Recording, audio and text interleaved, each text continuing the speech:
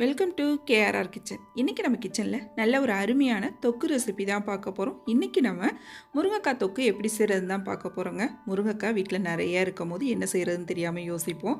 அந்த நேரத்தில் இது போல் தொக்கு செஞ்சு வச்சுக்கிட்டோம் அப்படின்னாக்கா நல்லா சாப்பாட்டில் போட்டு பிசைஞ்சு சாப்பிட்றதுக்கும் சரி, இட்லி, தோசை, சப்பாத்தின்னு எல்லாத்துக்கூடையும் சைடிஷாக வச்சு சாப்பிட்றதுக்கும் சரி ரொம்ப அருமையாக இருக்கும் இந்த தொக்கு. இந்த தொக்கு எப்படி செய்கிறதுன்னு நம்ம வீடியோக்குள்ளே போய் பார்ப்போம். அதுக்கு முன்னாடி நம்ம சேனலை இப்போ தான் ஃபஸ்ட் டைம் பார்க்குறீங்கன்னா சப்ஸ்கிரைப் பண்ணி வச்சுக்கோங்க. கூடவே பெல் சிம்பிள் ப்ரெஸ் பண்ணி ஆளுங்கிற ஆப்ஷனையும் ப்ரெஸ் பண்ணி வச்சுக்கோங்க. அப்போ தான் நான் போடுற வீடியோஸ் எல்லாம் உங்களுக்கு தொடர்ந்து நோட்டிஃபிகேஷனில் உடனுக்குடனே கிடச்சிக்கிட்டு இருக்கும். இப்போ வாங்க இந்த முருங்கைக்காய் தொக்கு எப்படி செய்கிறதுன்னு பார்த்துடலாம்.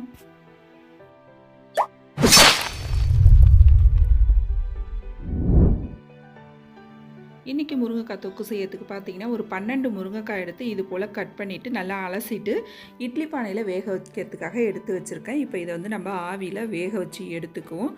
கீழே இட்லி தட்டு வச்சு அது மேலே தான் எடுத்து வச்சுருக்கேன். நல்லா சதையாக இருக்கிற முருங்கைக்காயாக பார்த்து வாங்கிக்கோங்க. இப்போ இது நல்லா வேகட்டும் ஒரு 10 நிமிஷத்துக்கு. வெந்ததுக்கு அப்புறம் என்ன செய்கிறதுங்கிறத நம்ம பார்ப்போம். இப்போ முருங்கைக்காய் பாருங்கள் நல்லா வெந்துருச்சு. இப்போ வந்து இதை என்ன செய்யணும்னா நம்ம உள்ள அந்த பல்ப்பை மட்டும் எடுத்தோம்னா போதும். செதப்பகுதியை மட்டும் எடுத்து தான் நம்ம இன்றைக்கி தொக்கு செய்ய போகிறோம். இப்படி நல்லா பிரிச்சுட்டு ஒரு ஸ்பூன் வச்சு வரணும் அப்படின்னாக்கா அழகாக வந்துடும் அந்த செதப்பகுதியெல்லாம்.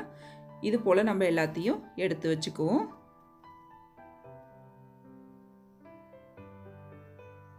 நல்லா ஷார்ப்பாக இருக்கிற ஸ்பூனை வச்சு நல்லா இது போல் நம்ம வரணும் அப்படின்னாக்கா எல்லா சதப்பகுதியும் வந்துடும். இந்த தோலை நம்ம தூக்கி போட்டுடலாம். இப்போ எல்லா முருங்கைக்காயும் இதே போல் நான் எடுத்துக்கிறேன். செதப்பகுதி எல்லாத்தையும் எடுத்துட்டு நான் அதுக்கப்புறம் என்ன செய்கிறதுங்கிறத பார்ப்போம். இப்போ எல்லா முருங்கைக்காயிலேருந்தும் செதப்பகுதியே எடுத்தாச்சு. இது ஒரு ஓரமாக இருக்கட்டும். இப்போ இது செய்யறதுக்கு நம்ம ஒரு மசாலா வறுத்து அரைக்கணும். அதுக்கு பார்த்திங்கன்னா அடுப்பில் ஃப்ரை பேன் வச்சுருக்கேன்.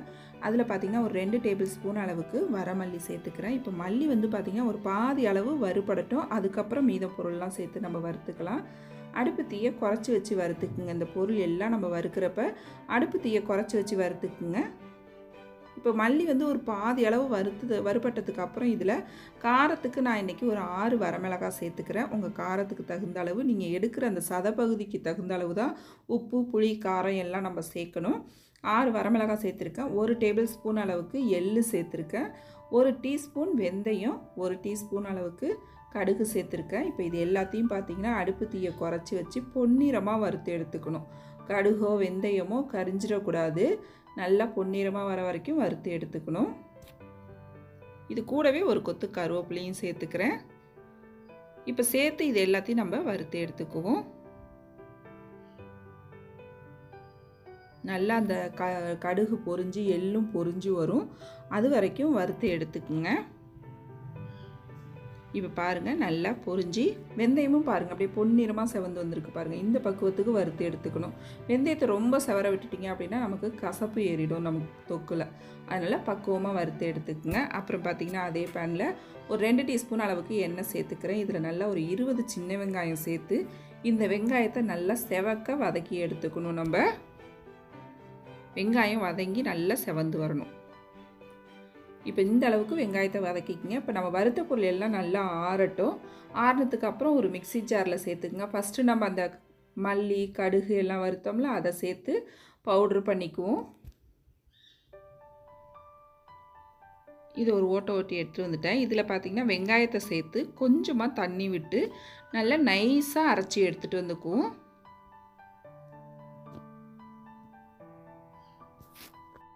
இப்போ பாருங்கள் நல்லா அரைச்சி எடுத்துகிட்டு வந்துட்டேன். இப்போ நம்ம எடுத்து வச்சுருக்க அந்த முருங்கைக்காய் செதப்பகுதியை இதில் சேர்த்து கொரப்பாக ஒரு பல்ஸில் அப்படி சுற்றி எடுத்தோம்னா போதும். ரொம்ப நைஸாக ஓட்டக்கூடாது.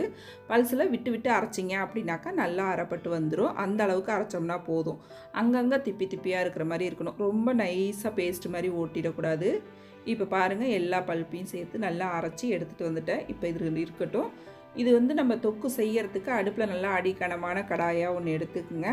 அதில் பார்த்திங்கன்னா நல்லெண்ணெய் சேர்த்துக்குங்க. ஒரு 4 டேபிள் ஸ்பூன் அளவுக்கு நான் நல்லெண்ணெய் சேர்த்துக்கிறேன். இந்த தொக்கு செய்யறதுக்கு கொஞ்சம் எண்ணெய் அதிகமாக சேர்த்திங்கன்னா தான் நமக்கு டேஸ்ட்டும் நல்லாயிருக்கும். ஒரு மாதம் வரைக்கும் நம்ம வச்சுருந்து யூஸ் பண்ணலாம். இப்போ எண்ணெய் நல்லா காஞ்சதுக்கப்புறம் இதில் 1 டேபிள் ஸ்பூன் அளவுக்கு கடுகு உளுந்து சேர்த்து நல்லா பொரிய விட்டுக்கிறேன். இப்போ கடுகு உளுந்து நல்லா பொரிஞ்சு வரட்டும். இப்போ கடுகு உளுந்து பொரிஞ்சோன்னே இதில் ஒரு கொத்து கருவேப்பிலை, ஒரு 1/4 டீஸ்பூன் அளவுக்கு பெருங்காயத்தூள் சேர்த்து நல்லா கலந்து விட்டுக்கிறேன். நல்லா கலந்து விட்டதுக்கப்புறம் பார்த்திங்கன்னா இந்த எண்ணெயில் நம்ம அரைச்சி வச்சுருக்க அந்த மசாலா இருக்குல்ல, அதை சேர்த்து நல்லா வதக்கணும் இந்த எண்ணெயில். இப்போ மசாலாவை சேர்த்துக்கிறேன். மசாலா சேர்த்து தண்ணிலாம் எதுவும் சேர்க்கக்கூடாது. நல்லா கையால் வலித்து எல்லாத்தையும் சேர்த்துட்டு நல்லா அந்த எண்ணெயில் வதக்கி விடுங்க. நல்லா ஒரு 5 நிமிஷத்துக்கு கைவிடாமல் நல்லா கலந்து கொடுத்துட்டே இருக்கணும். அதுக்கப்புறம் தான் நம்ம மசாலா பொருள் சேர்க்கணும். நல்லா இது வதங்கி வரட்டும், அந்த எண்ணெயோடு சேர்ந்து வரணும். அப்போ தான் அதில் உள்ள பச்சை வாடையெல்லாம் போய் நல்லா வதங்கி வரும். இப்போ நல்லா இந்த அளவு வதங்கினதுக்கப்புறம் பார்த்தீங்கன்னா தொக்குக்கு தேவையான அளவு உப்பு சேர்த்துக்கிறேன். 1 டீஸ்பூன் அளவுக்கு உப்பு சேர்த்துக்கிறேன்.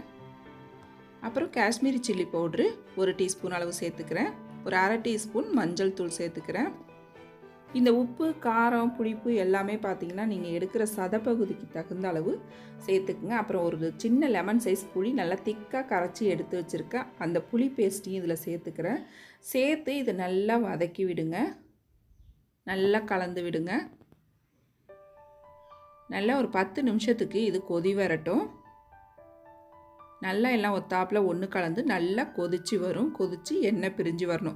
அது வரைக்கும் இதை நம்ம வச்சு நல்லா கிண்டிக்கிட்டே இருக்கணும். அடுப்பை சிம்மில் வச்சுக்கிட்டு அப்பப்போ கலந்து கொடுத்துக்கிட்டே இருங்க.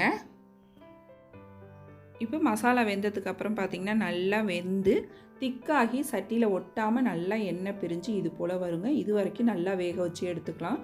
இது வந்து பார்த்திங்கன்னா கிட்டத்தட்ட ஒரு 20 நிமிஷம் ஆணுச்சு எனக்கு நல்லா வெந்து வரத்துக்கு. ஏன்னா நம்ம அடுப்பு தீயை குறைச்சி வச்சு தான் இதை வேக வைக்கணும். அப்போ தான் நல்லா ஒத்தாப்பில் வெந்து நல்லா வரும். அதுக்கப்புறம் பார்த்திங்கன்னா இதில் 1 டேபிள் ஸ்பூன் அளவுக்கு வெல்லம் சேர்த்துக்கிறேன். வெல்லம் கொஞ்சம் அதிகமாக தான் சேர்த்துக்கணும் இதில். அதே போல் புளியும் பார்த்திங்கன்னா கொஞ்சம் அதிகமாக சேர்த்துக்குங்க. அப்போ தான் அந்த தொக்கு டேஸ்ட்டு சூப்பராக இருக்கும். நீங்கள் எல்லாம் சேர்த்துட்டு இந்த ஸ்டேஜில் பாருங்கள், உப்பு, காரம், புளிப்பு எல்லாம் சரியாக இருக்கான்னு டேஸ்ட்டு பாருங்கள். பத்தலைன்னா சேர்த்துக்குங்க. இதுக்கப்புறம் நம்ம புளி சேர்க்க முடியாது.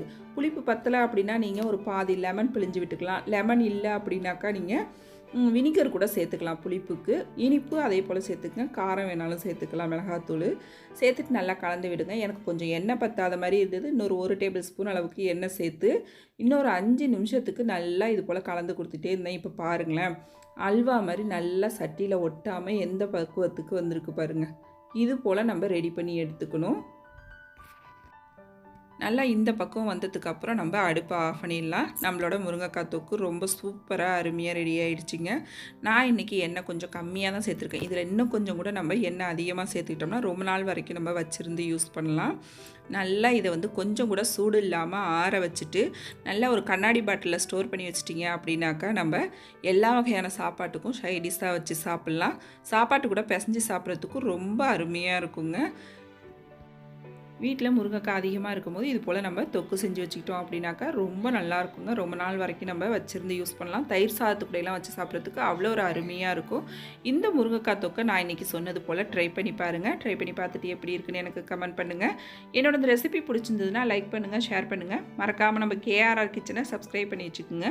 நாளைக்கு வேறொரு ரெசிபியோடு சந்திப்போம். தேங்க்ஸ் ஃபார் வாட்சிங்.